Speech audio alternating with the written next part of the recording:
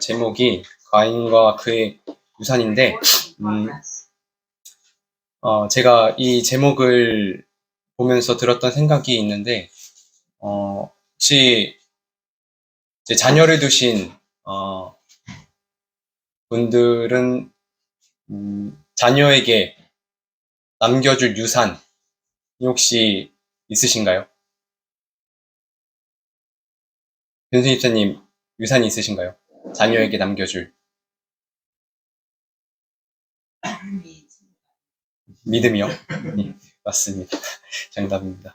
오늘 가인과 그의 유산에 대해서 제가 사실 이 교과 공부를 살펴보는 중에 부조와 선지자 5장에 있는 그 챕터에 보니 그 말씀이 오늘 저희들의 시대에 있어서 두 부류로 분류가 되더라고요. 그래서 오늘 그 말씀을 함께 나누면서 우리가 오늘 가인의 정신과 아벨의 정신을 어떻게 우리 삶에 적용하고 있는지 함께 살펴보기를 원합니다. 먼저 기억절을 함께 읽고 시작해 보도록 하겠습니다. 내가 선을 시작. 내가 선을 행하면 어찌 낯을 들지 못하겠느냐? 선을 행하지 아니하면 죄가 문에 엎드려 있느니라. 죄가 너를 원하나 너는 죄를 다스릴지니라. 저희가 사실 성경 연구를 많이 해서 선을 행한다라는 의미는 다들 많이 알고 있으십니다. 혹시 이 죄를 다스릴지니라라는 말씀에 좀 부담이 되시나요? 저희가 죄를 다스릴 수 있나요?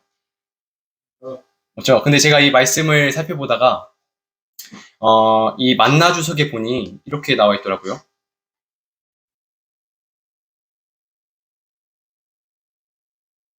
7절 만나 주석입니다. 제가 읽어드리도록 하겠습니다. 외부로부터 찾아드는 죄의 유혹뿐 아니라 자신의 내부에서부터 일어나는 죄의 욕망을 물리치고 이겨내라는 뜻. 그러나 이는 인간의 의지나 결단, 인내만으론 온전히 성취할 수 없는 것이니 항상 성령의 도우심을 힘입어야 할 것이다. 라고 나와 있습니다. 그래서 이 죄를 다스리라는 말은 우리의 힘으로 하라는 것이 아니라 성령의 도움에 의지하여 우리가 우리의 마음속에 있는 죄된 마음을 예수님께 드리는 것이 우리가 죄를 다스리는 것이라고 함께 살펴보았습니다. 근데 이 가인이 선을 행하지 아니한 일로 인하여 오늘날 어떠한 결과가 일어났는지 저희가 그 일들을 함께 살펴보도록 하겠습니다.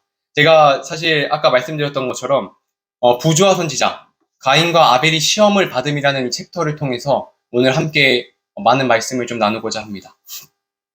사실 이 뒤쪽에 봐보면 가인과 아벨에 대해서 나오고 가인과 아벨의 재물에 대해서 나오고 그들의 죄악에 대해서 쭉 이렇게 설명이 되어 있는데요. 그것들을 다 이어서 함께 살펴보면 좋겠습니다. 가인과 아벨의 재물 어떤 차이점이 있었을까요?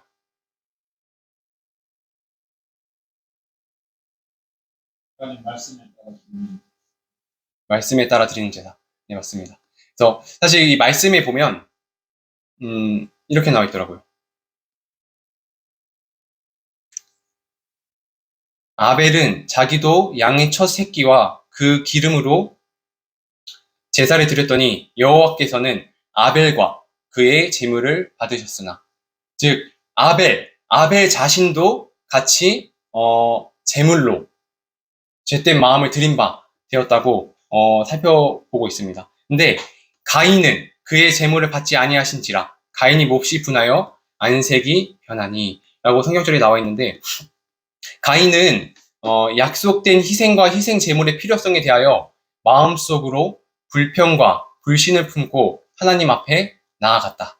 그의 봉헌물에는 죄에 대한 참회가 표시되어 있지 않았다. 오늘날 많은 사람이 느끼는 바와 같이 그는 하나님께서 세우신 계획 그대로 따르는 것은 연약함을 인정하는 것이 되며 자기 구원을 약속된 구세주의 속죄에만 전적으로 의존하는 경륜을 고지곧대로 따르는 것은 연약함을 시인하는 것이 된다고 느꼈다. 즉 아벨은 이 뒤에 말씀에 나와 있지만 아벨과 가인은 이거를 같이 배웠대요. 아담에게서부터 이 구속의 경륜을 같이 되었다고 말씀에 나와 있습니다. 그러나 아벨은 그 말씀에 순종하여 성령의 도우심으로 참된 제사를 드렸고, 가인은 이 희생 제물에 대한 불평, 불만, 이 정신으로 인해서 약속된 구세주의 속죄만 전적으로 의존하는 것이 나의 연약함을 시인하는 것이라고 느끼게 되었습니다. 그래서 그는 자기 의존의 길을 택하고 자기 공로를 가지고 나아오려고 하게 되었습니다. 그는 양을 가져와서 그 피와 함께 제물을 드리려 하지 않고 자기의 소산, 자기의 노력의 생산물을 드리고자 하였다. 그는 하나님께 대한 호의의 표시로 자기의 제물을 드렸으며 이것으로 그는 하나님의 승인을 얻으려고 기대하였다.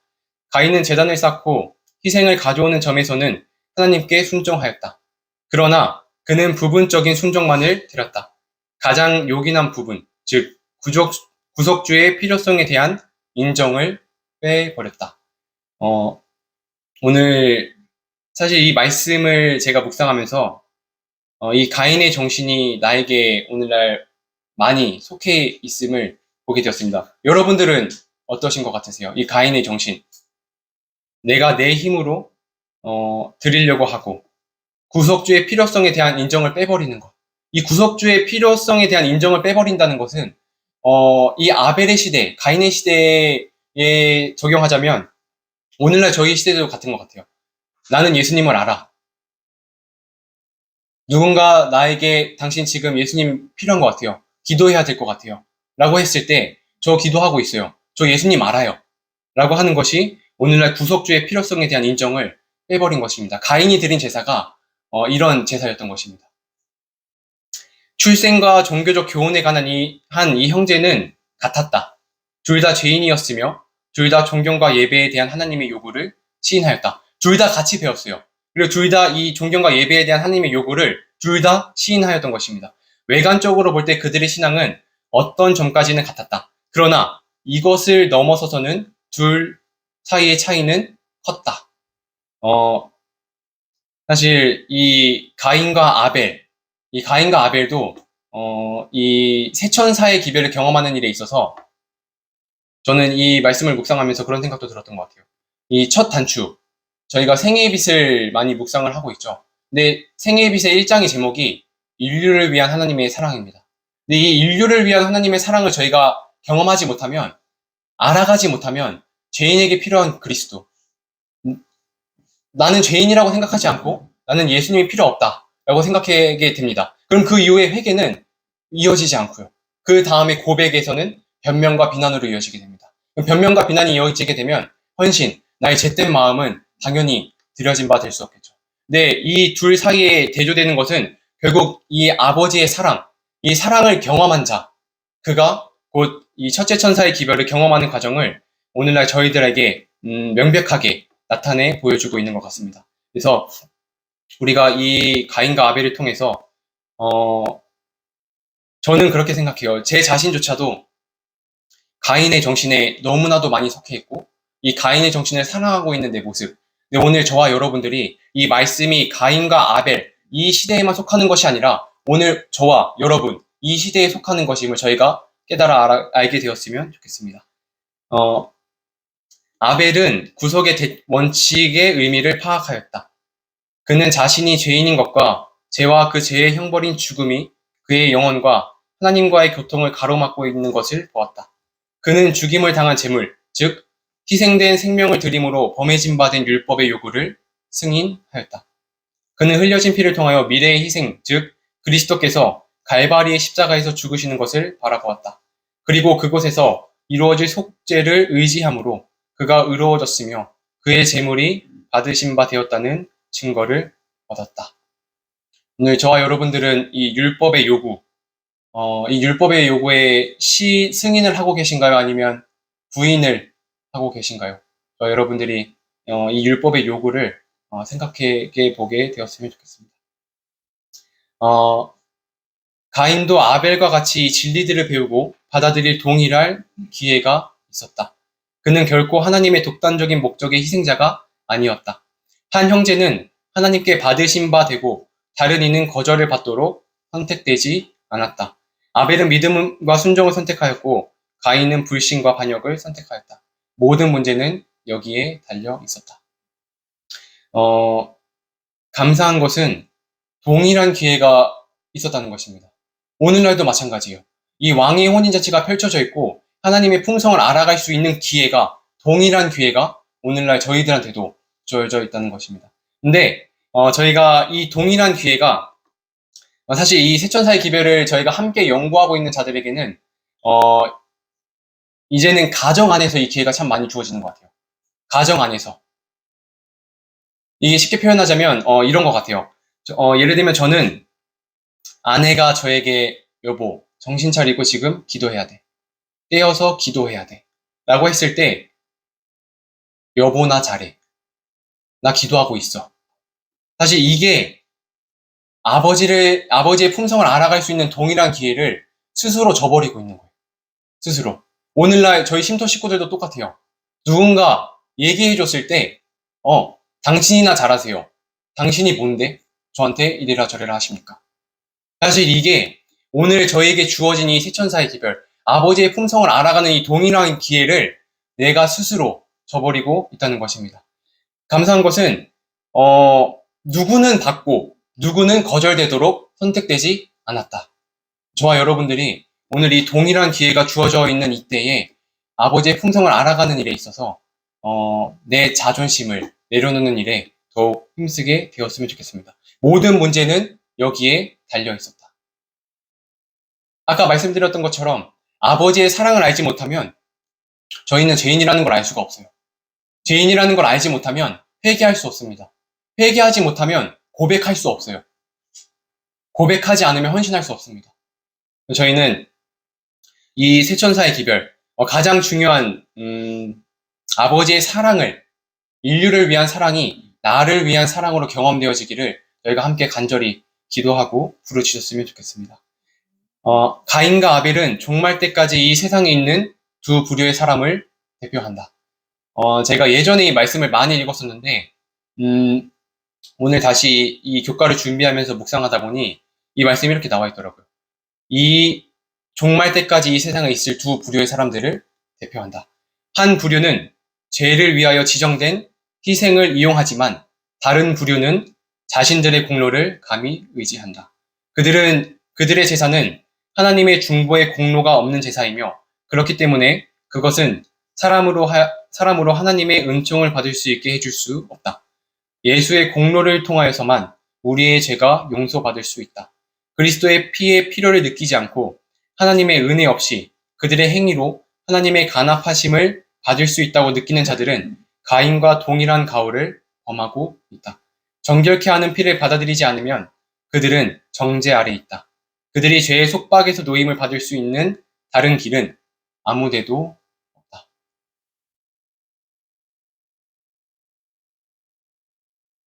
저와 여러분들은 어느 부류에 속해 있는 것 같으세요?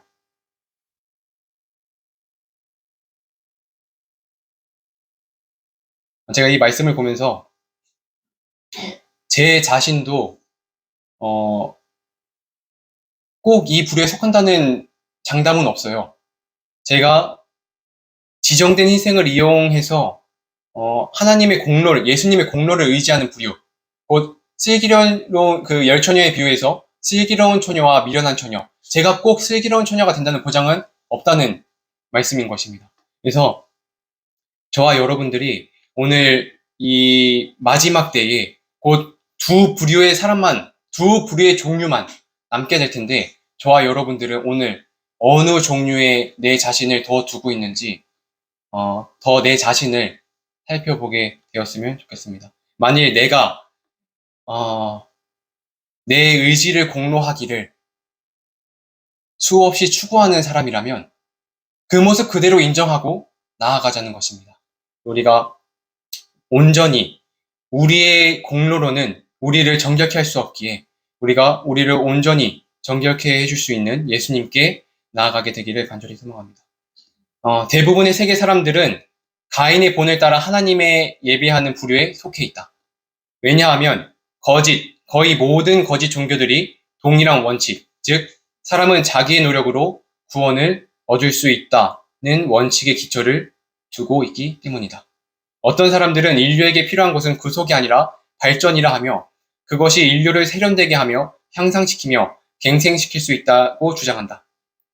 가인이 희생의 피가 없는 제물을 드리고 하나님의 은총을 얻으려 했던 것처럼 이 사람들은 속죄없이 인류를 하나님의 표준까지 높이려 한다. 가인의 역사는 그리스도를 떠난 사람의 종말이 어떻게 될 것인가를 보여준다. 인류는 스스로 자신을 새롭게 만들 능력이 없다. 인류는 위로, 하나님께로 향하는 것이 아니라 아래로, 사단적인 것으로 향하는 경향이 있다. 그리스도는 우리의 유일한 희망이시다. 천하 인간의 구원을 얻을 만한 다른 이름을 우리에게 주신 일이 없으시다. 다른 이로서는 구원을 얻을 수 없다. 저는 제가 이 세천사의 기별을 연구하면서 스스로 속을 때가 정말 많은 것 같아요. 제가 어떤 착각 속에 많이 빠져 있냐면 이 말씀에 나와 있는 것처럼 반대되는 생각을 하고 있는 거예요. 나는 내가 이 정도 알고 나는 위로 향하고 있어. 나는 위로 더 나아가고 있어. 라는 착각. 그 착각에 빠져 있기 때문에 아내가 저에게 무엇인가 얘기해 줬을 때 마음속에 분노가 일어나는 것입니다. 제가 제 스스로를 난 이만큼 하고 있고 난 이만큼 예수님을 알고 있어. 라는 착각. 여긴 근데 말씀에 분명히 지적하고 있습니다. 우리는 위로 향하는 것이 아니라 아래로 향하는 경향이 있다. 근데 우리는 오늘날 이것을 인정하기가 너무 싫어요. 저의 자신도 아내가 무엇인가 이야기해 줬을 때 너무 싫은 거예요. 그리고 제가 아내한테 잘하는 것은 변명과 비난인 것입니다. 여보는 기도해? 여보는 응답받고 나한테 얘기하는 거야? 근데 이 정신이요. 다 내가 잘났다고 생각하는 정신이에요. 나는 위로 향하고 있고 나는 예수님을 알고 있어. 라고 하는 그런 정신 때문에 우리가 누군가 얘기해 줬을 때 마음에 분노가 일어나는 거예요. 마음에 분노가 일어난다는 것은 그 안에 분명히 내 죄가 있다는 증거입니다. 우리가 우리의 이 성향을, 우리의 경향을 있는 그대로 인정하고 우리의 유일한 희망 되시는 예수님께 더 나아가게 되었으면 좋겠습니다. 전적으로 그리스도를 의지하는 참 신앙은 하나님의 모든 요구에 순종함으로 나타날 것이다.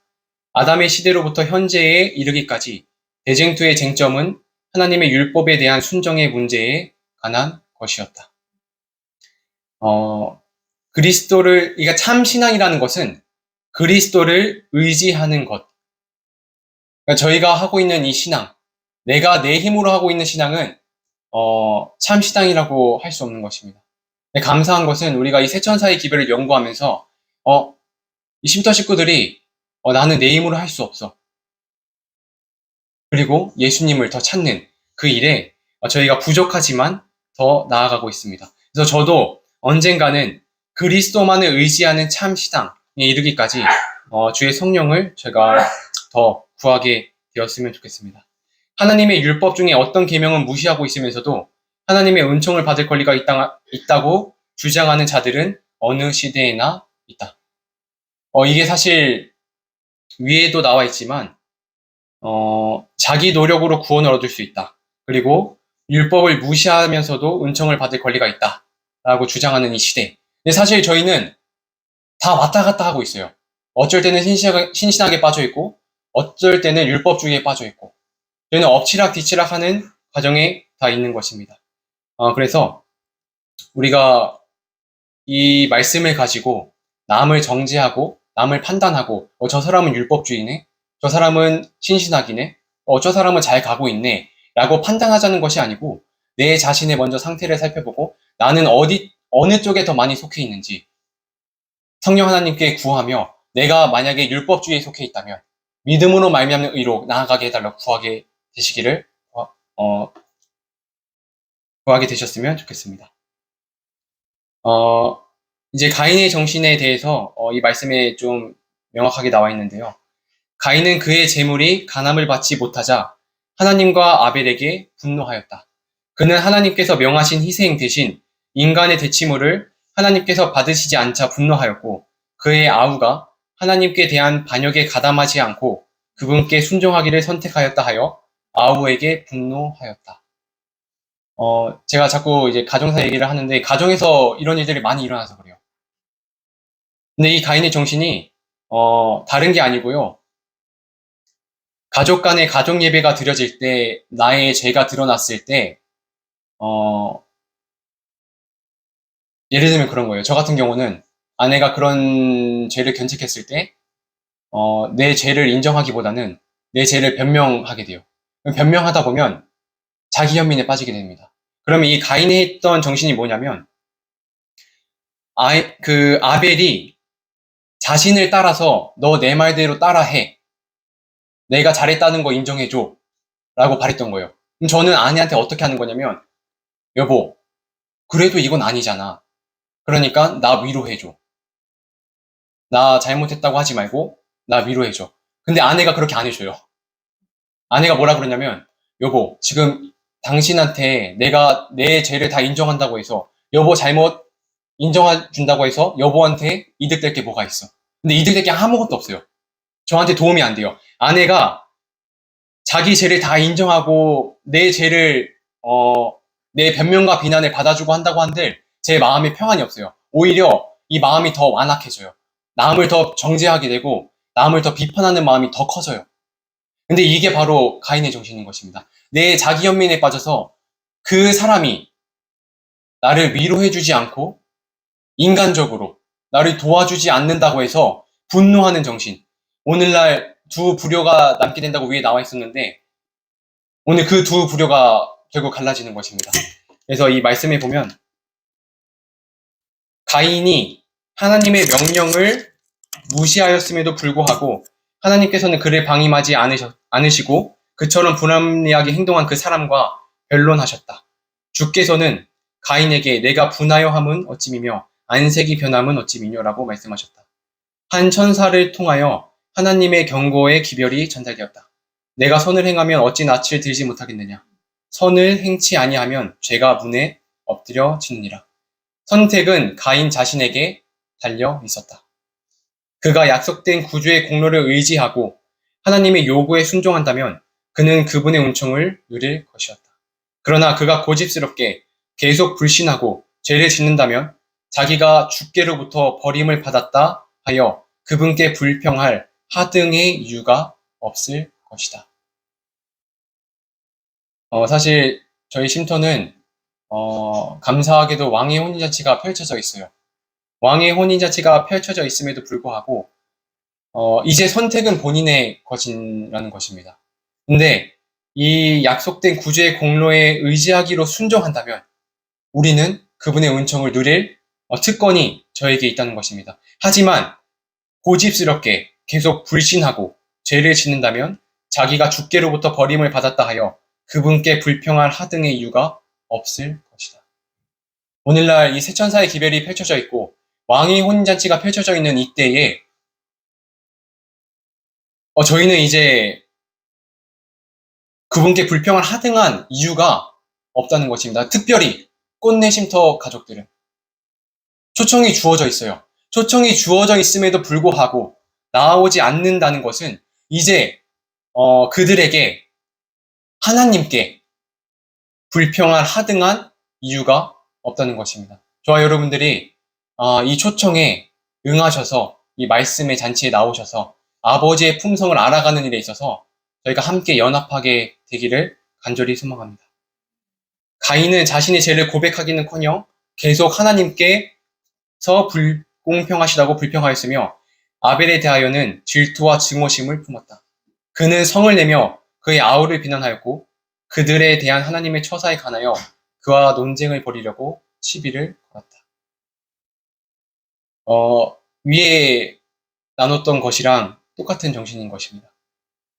자꾸 자기 연민에 빠지고 내 죄를 인정하고 고백하기보다는 남에게 죄를 돌리고 남 탓을 하게 되면 자꾸 불평하게 되고 불만하게 되는 것입니다.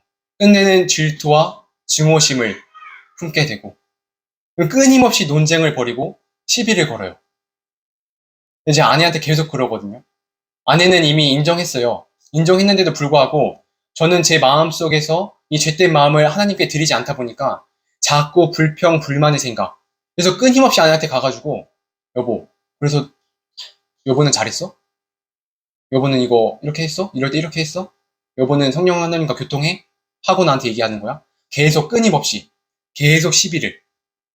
근데 아벨의 정신은 무엇이냐면 아벨은 온유하게 그러나 두려움 없이 단호하게 하나님의 공의와 선하심을 옹호하였다. 그는 가인의 잘못을 지적하고 잘못은 그 자신에게 있다는 것을 확신시키려고 노력하였다. 그는 하나님께서 그들의 부모를 즉시 사형에 처할 수도 있으셨지만 그들의 생명을 빼앗지 않으신 하나님의 국률하심을 지적하고 그분께서 그들을 사랑하셨다는 것과 그렇지 않았더라면 그분께서 그들이 범죄함으로 초래한 형벌을 무죄하시고 거룩하신 그분의 아들이 당하도록 허락하시지 않으셨을 것이라고 주장하였다. 이게 아벨의 정신이에요. 온유하게 그러나 두려움 없이.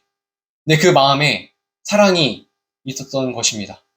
근데 이 아벨의 정신이 밑에 뭐라고 나와 있냐면요. 이 모든 말은 가인의 분노를 더 맹렬하게 불타오르게 했다. 여러분들은 어떠신 것 같으세요? 이 가정에서 가족과 함께 세천사의 기별을 연구할 때 가인의 정신을 갖고 있을 때가 더 많으신 것 같으세요? 아니면 아벨의 정신을 가지고 나아갈 때가 더 많으신 것 같습니까? 저희가 이 은혜의 시기에 아버지의 품성을 알 수 있는 이 동일한 기회가 주어져 있는 이 시기에 위에 나와 있던 것처럼 내가 선택해서 이 왕의 혼인잔치에 나오지 않고 아버지의 품성 알기를 거절한다면 저희는 결국 이 아벨의 가인의 정신과 같이 신속하게 빠져들 수밖에 없다는 것입니다. 저와 여러분들이 예외는 아니에요. 여러분들이 지금 이 세천사의 기를 연구하고 있다고 해서 가인의 정신에 빠져들 수 있다고 장담할 수 있는 게 절대 아니라는 것입니다. 저희는 지금 매 순간 가정에서도 이 정신을 나타내고 있어요. 가정에서 누군가 지금 당신 예수님을 알아야 합니다. 당신 지금 벌거벗고 있어요. 라고 했을 때 화낼 때가 더 많으세요? 아니면 인정하고 나아갈 때가 더 많으세요? 가인의 표, 말씀에 나와 있죠. 내 생각보다 하나님의 생각보다 내 뜻을 강요하라는 정신. 그 정신이 가인의 정신인 것입니다. 오늘 저와 여러분들이 과연 아벨의 정신을 더 나타내고 있는지 가인의 정신, 하나님의 뜻보다 내 정신을 더 강요하는 정신을 가지고 있는지 살펴보게 되었으면 좋겠습니다. 결국 이 동기가 어떻게 되냐면요. 이성과 양심은 그에게 아벨이 옳다고 말했다. 지금까지 자기의 권고를 들어오던 아우가 이제는 건방지게도 그를 불명예스럽게 만들고 자기의 반역에 조금도 동조하지 않는다 하여 격노하였다. 양심은 그에게 아벨이 옳다고 얘기했다. 라고 말하고 있어요, 말씀에. 근데 이것도 제가 왜 자꾸 삶의 연관지어 얘기하냐면 이게 일상생활에서 계속 실천되어지고 있어요. 제가 아내와 그런 논쟁이 있을 때 분명히 성령 하나님께서도 선한 생각을 주세요. 근데 이때 이 양심이 그에게 아벨이 옳다고 얘기하고 있지만 근데 이때 가인이 그래 맞아. 내가 제사를 잘못 드렸어. 나 예수님이 필요한 것 같아. 라고 인정했다면 가인의 역사는 달라졌을 것입니다. 근데 오늘날 저희들도 똑같아요. 양심은 그에게 옳다고 우리에게 각자에게 개인에게 이게 맞아. 너 지금 예수님을 몰라. 예수님을 알아야 돼. 라고 얘기하고 있지만 지금까지 자기의 권고를 들어오던 내 말을 들어오던 아우가 이제는 건방지게도 그를 불명예스럽게 만들었다는 그 이유로 그 정신을 더 키움으로 인하여 가인은 아벨을 살해하기까지 이르게 된 것입니다. 근데 이 살해가 이 가인의 시대에는 정말 가인이 아벨을 쳐 죽인 살인이지만 오늘 저와 여러분들은 가정에서 살인을 안 하고 있다고 생각하십니까? 저는 아내와의 관계에 있어서 아내를 매 순간 살인하고 있는 자임을 고백합니다. 장모님이 저의 품성을 알아요. 제가 가인의 품성을 얼마나 빼닮았는지 장모님께서는 알고 계시는 것입니다. 그래서 제가 아내한테 들이미는 정신은 무엇이냐면 내가 남편인데 내가 가정의 제사장인데 너가 뭔데? 라는 정신. 이 정신으로 아내가 저에게 충고해주고 이 선한 말, 아벨의 정신, 온유하고 그러나 두려움 없이 여러분 죄송하지만 누군가 가족이 결함을 보고 그 사람이 이야기해 줄 때 그 이야기해 주는 사람도 마냥 즐겁다고 생각하시면 그거 정말 오해예요. 그 사람이 그 이야기를 하기까지 얼마나 기도하고 그 영혼을 위해서 기도하는지 여러분들을 듣는 사람의 입장에서는 잘 몰라요. 듣는 사람 입장에서는 그 기도를 얼마나 하고 그 사람의 반응이 어떨지, 표정이 어떨지, 그거를 다 예상함에도 불구하고 그 영혼을 사랑하기 때문에 이야기해 주는 거예요. 근데 그 이야기를 들었을 때 대부분의 사람들의 반응이 사실 가인의 정신이에요. 제가 아내한테 하고 있는 정신인 것입니다. 그럼에도 참 아내한테 감사한 것은 저의 이런 표정, 저의 이런 말투, 저의 이런 마음, 살인을 저지르고 있는 이 정신에 굴하지 않고 매 순간 아벨의 정신을 가지고 저에게 매 순간 나와오고 있는 것입니다. 저도 감사한 것은 가인의 정신으로 이성이 옳다고 생각하고 동조하지 않을 때가 저도 정말 많았었어요. 이것을 인정하지 않고 내 생각이 맞아라고 인정할 때가 허다했다면 지금은 감사하게도 성령 하나님의 은혜로 아내가 여보 지금 기도해야 돼 라고 이야기했을 때 처음에는 저도 자존심이 상하지만 그 뒤에 기도하는 가운데 아 맞아 나 기도해야 되는 것 같아 라고 고백할 수 있게 해주시는 성령 하나님의 은혜가 참 감사합니다. 어, 결국 이 두 부류의 정신이 이 마지막 시대까지 이루어지는 것입니다. 가인은 그의 아우를 증오하였고 그를 죽였다. 아벨이 무슨 잘못을 범했기 때문이 아니라 자기의 행위는 악하고 그의 아우의 행위는 의로웠기 때문이었다. 그와 같이 각 시대를 통하여 악인들은 그들보다 더 나은 자들을 미워해 왔다. 아벨의 순종과 확고부동한 신앙의 생활은 가인에게 끊임없는 견책이었다. 악을 행하는 자마다 빛을 미워하며 빛으로 오지 아니하나니 이는 그 행위가 드러날까 함이니라. 하나님의 충실한 종들의 품성에서 반사되는 하늘의 빛이 밝으면 밝을수록 경건하지 않은 자들의 죄는 더욱더 분명히 드러나며 그들의 평안을 깨트리는 하나님의 종들을 죽이고자 더욱더 단호하게 노력할 것이다. 제가 아내랑 이런 대화를 주고받을 때 일상적인 얘기를 하면 논쟁이 없거든요. 그냥 오늘 밥 뭐 먹을까? 점심 뭐 먹을까? 어디 놀러 갈까?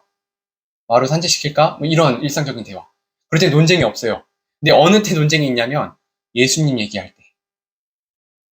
예수님 얘기할 때 꼭 논쟁이 있어요. 근데 왜 이렇게 논쟁이 있냐면 아내가 진지하게 예수님 얘기하고 나의 부족함을 고백할 때 제가 너무 짜증이 나는 거예요. 너무 듣기가 싫고 너무 힘든 거예요. 근데 이 정신이 뭐였냐면 이 정신이랑 똑같은 거였어요. 아내가 예수님께 더 나아가면 나아갈수록 아내가 더 빛을 발하면 바를수록 제가 자꾸 드러나는 거거든요. 내가 알고 있던 예수님이 알아가고는 있지만 더 겸손히 인정해야 할 부분들이 나의 죄들이 자꾸 드러나니까 제가 그게 너무 싫은 거예요. 아내와의 관계에 있어서. 그래서 어떻게 해요? 죽이고자까지. 근데 이 죽이는 게요, 오늘 저와 여러분들의 삶 속에서 꼭 때려서 폭행해서 죽이는 게 아니고요. 말로, 표정으로, 이 심장파로. 저희는 배우자를, 때로는 형제를, 가족들을 이미 죽이고 있다는 것입니다. 근데 감사한 것은, 이 가인의 정신에, 저희가 낭망하는 것이 아니라, 감사한 것은 하나님께서 그런 가인에게도 찾아와 주셔서 말씀해 주셨다는 것입니다. 하나님께서 이 가인에게 와서 이 물으신 게요, 정죄하려고 와서 물으신 게 아니고요. 밑에서 보면 여호와께서 가인에게 이르시되 내 아우 아벨이 어디 있느냐? 그가 이르되 내가 알지 못하나이다. 내가 아우를 지키는 자니이까. 라고 가인이 고백합니다. 근데 하나님께서 이 가인의 죄를 정죄하려고 찾아오신 것이 아니라 내가 너를 도와주려고 찾아오신 것인데 오늘날 저와 여러분들은 제 자신조차도 이렇게 하나님께서 다가오실 때 내가 아우를 지키는 자이니까 라고 고백할 때가 더 많은 것 같습니다. 근데 이런 가인의 정신에 저희가 낭망하는 것이 아니라 감사한 것은 위에 함께 나눴던 것처럼 이 시대에 아버지의 풍성을 알아갈 수 있는 동일한 기회가 저희 모두에게 주어져 있다는 것입니다. 그래서 제가 이 말씀을 함께 나누고 마치려 합니다. 이사야 14장 23절에 있는 말씀인데요. 만군의 여호와께서 맹세하여 가라사대 나의 생각한 것이 반드시 되며 나의 경영한 것이 반드시 이루리라. 오늘 여호와께서 이루고자 하시는 경영, 이 경영이 무엇인 것 같으세요? 저에게 다가온 이 말씀은 만군의 여호와께서 맹세하여 가라사대 나의 생각한 것, 너의 이 더러운 풍성을 재창조하시겠다는 그 약속, 그 경영을 반드시 이루리라. 내가 아수르 사람, 곧 나의 자아와 가인의 정신을 나의 땅에서 파하며 여호와의 산 아래서 밟으리니 그때에 그의 멍에가 이스라엘에게서 떠나고 그의 짐이 그들의 어깨에서 벗어질 것이라. 이것이 온 세계를 향하여 정한 경영이며 이것이 열방을 향하여 편 손이라 하였나니 만군의 여호와께서 경영하셨은즉 누가 능히 그것을 패하며 그 손을 펴셨은즉 누가 능히 그것을 돌이키랴. 오늘 저와 여러분들이 이 가인의 정신을 갖고 있다면 이 가인의 정신을 갖고 있는 내 모습 그대로를 인정하고 여호와께서 맹세하여 이루시고자 하시는 이 경영을 나에게도 이루어 주시고자 저희가 간절히 구하게 되었으면 좋겠습니다. 나의 자아, 가인의 정신을 여호와의 산 아래서 파하여 주시고 짓밟아 주시기를 저희가 간절히 구하게 되었으면 좋겠습니다. 그래서 오늘 제목이 가인과 그의 유산이었는데 오늘 저와 여러분들의 유산이 예수 그리스도의 품성이 되기를 간절히 소망합니다. 베드로가 했던 그 고백, 베드로의 유산은 무엇이었을까요? 저희가 많이 들어서 알고 있죠. 사도행전에서 했던 베드로의 고백. 나에게 금과 은은 없지만 예수 그리스도의 이름으로 걸어라. 저희에게 살아가면서 무엇이 중요한지를 저희가 돌아보게 되었으면 좋겠습니다. 저희의 유산이 내 쓸모없는 자존심과 자아가 되지 않았으면 좋겠습니다. 이 앞에서 고백하고 있는 제 자신도 여전히 가인의 정신을 선택하고 있는 저이지만 만군의 여호와께서 맹세하신 이 경영에 의지하여 나아가기를 간절히 소망합니다. 근데 이 패할 수 없는 그 손을 패할 수 있는 사람은 저와 여러분밖에 없다는 것을 깨달았으면 좋겠습니다. 저희 만군의 여호와의 손이 펼쳐져 있는 그때에 이 손을 패하지 않고 이 손에 의지하여 저희가 나아가게 되기를 간절히 소망하면서 교과를 마치도록 하겠습니다. 네, 묵상하심으로 안식일 학교를 마무리하도록 하겠습니다.